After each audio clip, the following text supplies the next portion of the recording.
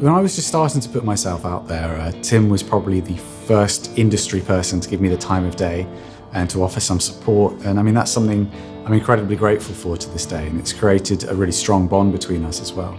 I've been lucky to have had a fair bit of involvement with Bare Knuckle over the years. I've gone from demoing the pickups to being on the development of some of the signature pickups for other artists. So it's just a dream come true, really, to be able to work on a pickup set of my own this time, especially given Tim's incredible ear and experience, the quality of what Bare Knuckle do, and our long history. I think Adam and I go back at least 10 years, probably longer than that. I venture to say probably closer to 15. I said earlier, always loved his guitar playing to the extent that I've just rabbited on at him for years and years about the way I hear things in his playing that I don't hear from other people. So to actually get to the stage now where we've been able to do a pickup together is absolutely brilliant. It kind of brings it full circle. Kind of verges on the ultimate test of if I could get it right to get inside Adam's head, really, and nail down the tones that he achieves, and bring that into a pickup set. And it's one of those challenges where it's easy to step away from because you're scared you're going to get it wrong. So what I've always really wanted is a set of pickups that are balanced right on that kind of knife edge of voicing dynamic and feel, where it's like they can respond instantly and appropriately to whatever energy you're putting into your guitar. Kind of a set of pickups that are versatile, but not simply neutral, and that are kind of responsive, but they don't feel hypersensitive or fussy to play.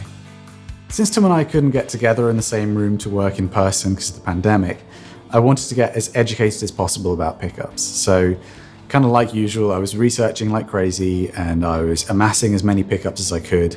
And I was recording all of these as well so that I could get producery and analyze the frequency ranges and dynamics. But after all of that, I remembered about a bridge pickup that Tim had wound, especially for this old guitar of mine nearly 10 years ago. It had this kind of gloriously rich character and quite a versatile output range, so it kind of ticked a lot of the boxes already, and it became the front runner and the pickup to beat. Yeah, a long time ago, Adam wanted a pickup that would sort of give an Andy Timmons vibe. And so we sort of did something back then, and that gave us a reference point, funny enough, for the medium output, the range that we were looking at. But then we wanted to just alter the dynamic feel of it a little bit. So it needed to be a little bit more aggressive than that, but it also needed to have enough dynamic headroom so it could still be really, really expressive. From there, Tim sent me a box filled with all sorts of different magnets to try. And he'd urged me to check out this special unoriented Alnico 5 magnet, which, to be perfectly honest, sounded on paper like something that I wouldn't be into. But despite being dubious, when I tried the unoriented magnet in the old pickup, it was absolutely magical. The mids became really broad, and the bass was tighter but also kind of felt juicier to play. And the top end was smoother, but with this kind of crazy harmonic richness that really sang. And the shocker for me was that although the pickup was less powerful, into a high gain rig it actually sounded chunkier and more percussive, so it kind of won out in every aspect. The bridge pickup in particular has a very muscular tone that you might not necessarily associate with a medium output pickup. You'd be mistaken for thinking it's something with, you know, a very, very high output pickup. And this is something we've achieved through the use of a small coil offset, which is a little bit unusual in the way that we pulled it off. And then the combination of wire type, and in this instance, most importantly, the actual magnet that we've gone for. It's a type of Alnico 5 that we don't usually use.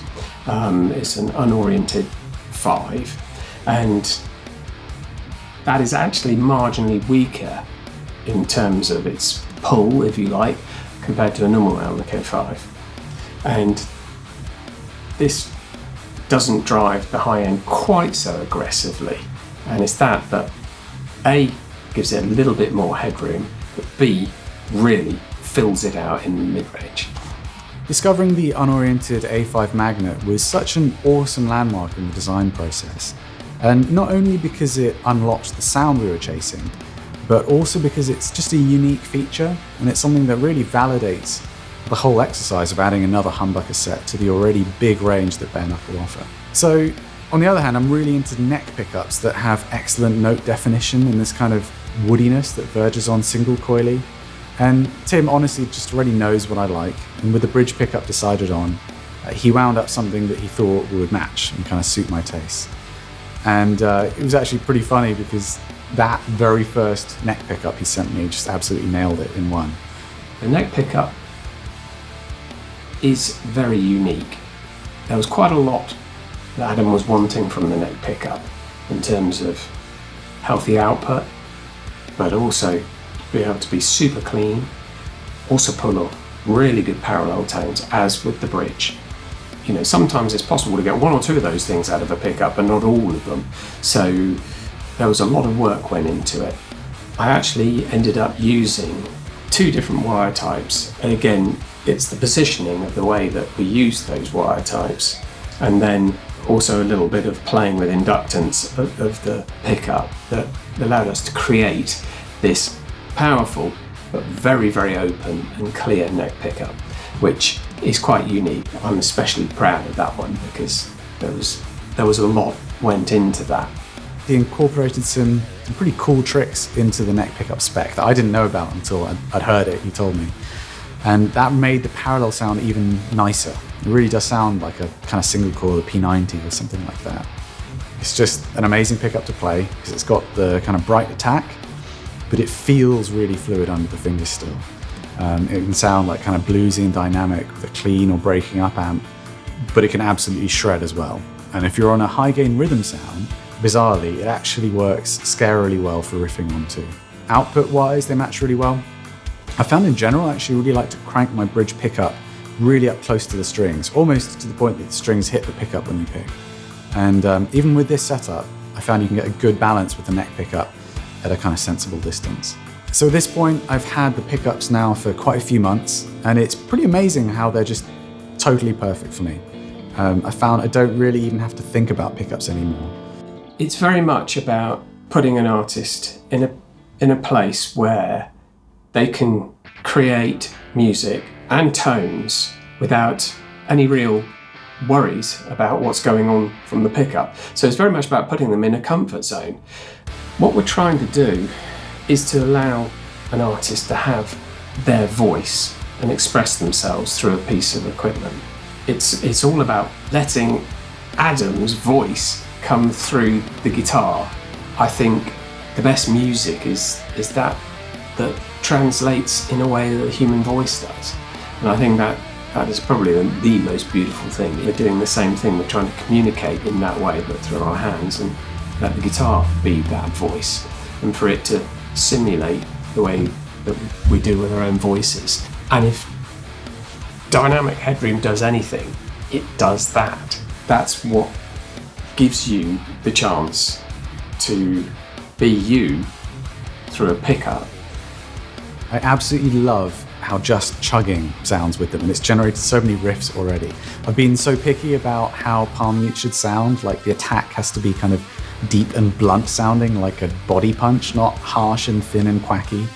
And perhaps the craziest part for me is that this sound comes from a set of pickups that aren't super high output in metal, and I really just didn't know that was possible, so I'm so happy with how the set's come out.